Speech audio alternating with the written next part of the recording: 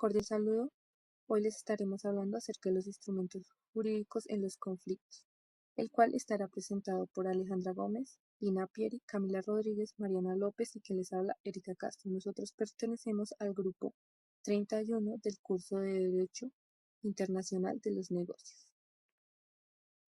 En primer lugar, estaré hablando acerca de la UNIDROIT, que es el Instituto Internacional para la Unificación del Derecho Privado.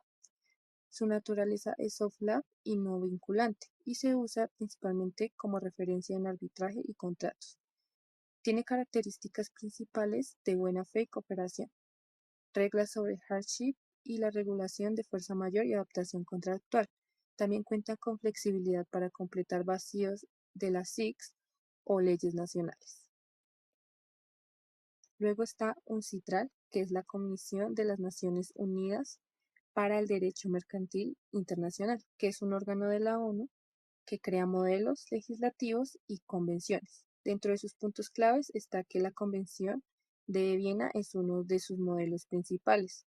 También tiene reglas de arbitraje como estándar global para el arbitraje comercial internacional. Tiene una ley modelo de arbitraje, que es la de 1985, que fue adoptada por muchos países. También promueve la armonización y seguridad jurídica en el comercio transfronterizo. También tenemos los Incoterm, que son los que definen responsabilidades en transporte internacional. Estos son esenciales para determinar puntos de entrega, transferencia de riesgo, costos y documentación. Como ejemplo de estos tenemos el Incoterm FOM, donde el riesgo pasa al comprador al embarcar en el puerto de salida. También está el SIP y SIP, donde el vendedor debe contratar un seguro mínimo, y el DDP, donde el vendedor asume todos los costos hasta el destino final. Este no regula ningún tipo de propiedad ni incumplimiento, por lo que debe complementarse con la Convención de Viena o alguna ley nacional o internacional que aplique al contrato. Se incluye la Cámara de Comercio Internacional, que es una organización privada global que permite reglas y estándares. Dentro de esta, como se había nombrado anteriormente, se encuentran los Incoterms en su última edición 2020, que establece reglas de entrega, riesgos y costos de compraventa internacional. También contiene reglas de arbitraje porque es uno de los foros más prestigiosos para la resolución de disputas y contiene guías de buenas prácticas en comercio, financiamiento y compliance. Convención de Viena CISC. Es una convención vinculante para países miembros. Sus claves son: primero, regula formación del contrato, obligaciones de comprador y vendedor. Segundo, define conformidad de la mercadería y plazos de notificación. Tercero, distingue entre incumplimiento esencial y no esencial. Cuarto, establece remedios como resolución, reparación, sustitución, reducción de precios y daños. Quinto, reglas sobre transmisión del riesgo. Otros instrumentos. Convención de Nueva York, 1958, garantiza reconocimiento y ejecución de laudos arbitrales internacionales. Segundo, principios de lex mercatoria, usos y costumbres del comercio internacional aplicados como criterios interpretativos. Tercero, reglas de transporte internacional, Convenio de Bruselas, Haya Visby Marítimo, Convenio de Hamburgo y Convenio de Montreal. Buenos días, mi nombre es Lina Alejandra Pieri Barbosa. Hoy les hablaré sobre gestión de conflictos a través de instrumentos jurídicos. Conflictos por entrega y daños en tránsito. Incoterms 2020 nos enseña o nos muestra que a través de un daño que se le hace a un producto en entrega vía tránsito, esto quiere decir que el producto tiene que estar en buen estado hacia el comprador, hacia el cliente final. Y si esto no pasa, debe contratar el seguro, la empresa, para así poder responder por los daños que tengan los productos para la venta. Conflictos por calidad y conformidad de la mercadería. Dependiendo de la calidad que se entrega el producto, quiere decir mucho de lo que se está vendiendo y ofreciendo al cliente. Esto quiere decir que si hay una inconformidad dado al cliente hacia la empresa o hacia el producto, es necesario contar con la obligación que define el artículo 35-39 de entregar mercancías conforme a la necesidad del cliente. Esto quiere decir que hay inspecciones, notificaciones que se deben hacer antes de entregar y a la final de la entrega, para así poder saber si el cliente quedó satisfecho o no. Conflictos Conflictos por documentos y pago y conters. Algunos obligan al vendedor a entregar documentos para activar el pago. Esto lo que quiere decir es que en el momento de hacer una compra, el vendedor está en la obligación de entregar los documentos o el soporte para que el comprador final pueda tener evidencias de su compra y también por si necesita hacer un reclamo o algo que no esté bien en su mercancía. Gestión de práctica, corrección de documentos rechazados por el banco. Esto quiere decir que si en la transacción del pago hay algo, un rechazo o la transacción no salió, pues se está en el soporte del documento. Conflicto por fuerza mayor o hardship. Unidro regulan hardship, circunstancias imprevistas que hacen oneroso el contrato. El artículo 79 exime la responsabilidad por impedimento fuera del control en fuerza mayor. Esto lo que quiere decir es que si en un momento se genera un conflicto entre el comprador, entre el vendedor y el comprador final, y ya sean un motivo a fuerza mayor, siempre se basa un artículo donde se puede notificar de inmediato el suceso o el evento que esto acarrea y para encontrar solución lo más antes posible. Conflictos por interpretación y jurisdicción, un citral, reglas y ley modelo de arbitraje para garantizar procedimiento neutral y reconocido internacionalmente. Convención de Nueva York, 1958, asegura ejecución de laudos arbitrales en más de 160 países. Bueno, para resolver conflictos es necesario tener unas estrategias como tener un checklist contractual, definir claramente los Incoterms, las leyes aplicables según cada caso, cláusulas de fuerza mayor y calidad, tener una documentación exhaustiva. También es importante tener conocimiento del embarque, certificados de calidad, seguros, el uso de estándares internacionales, como lo es apoyarnos en el CISC y UNIDROIT para legitimar posiciones con criterios objetivos.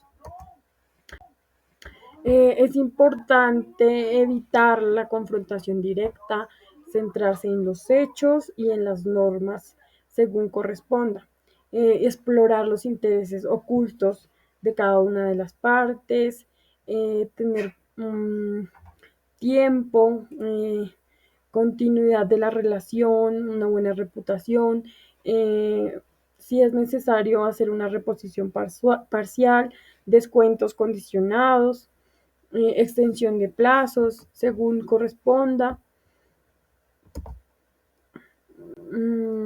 Bueno, también es importante usar o activar el seguro para negociar la reposición parcial o el descuento.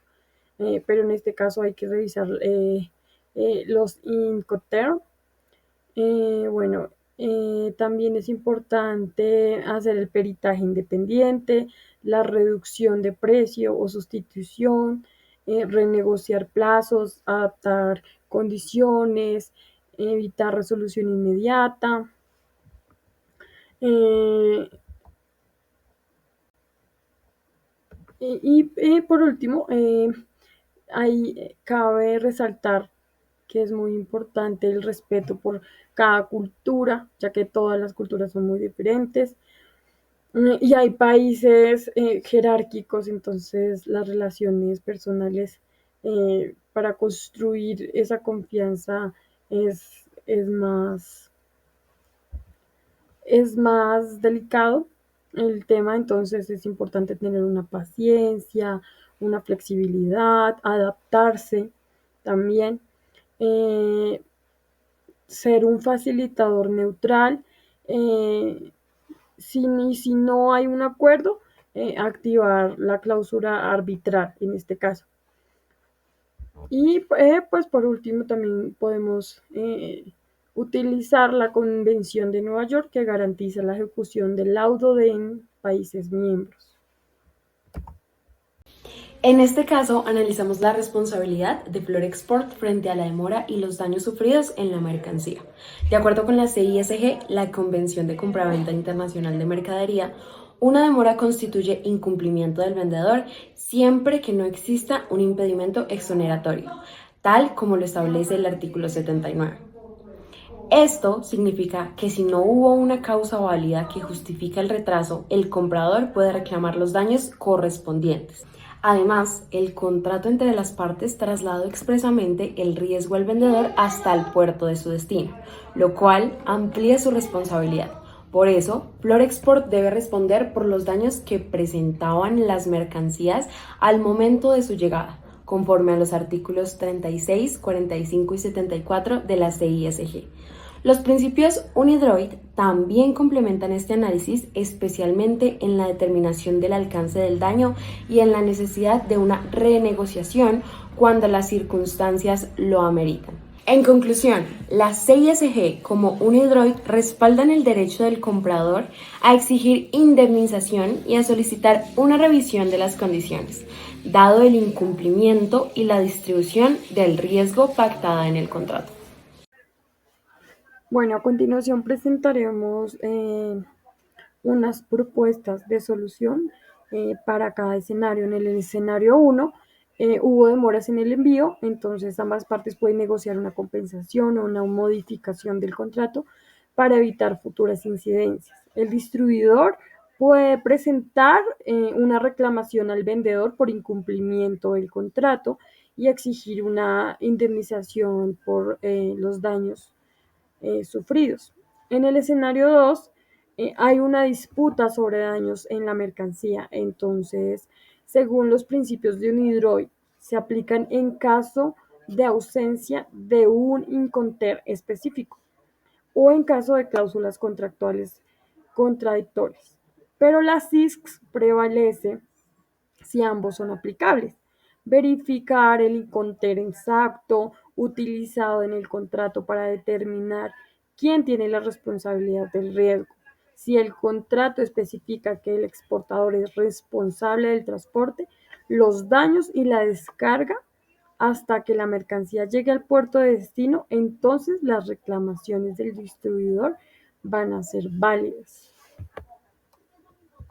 Conclusiones.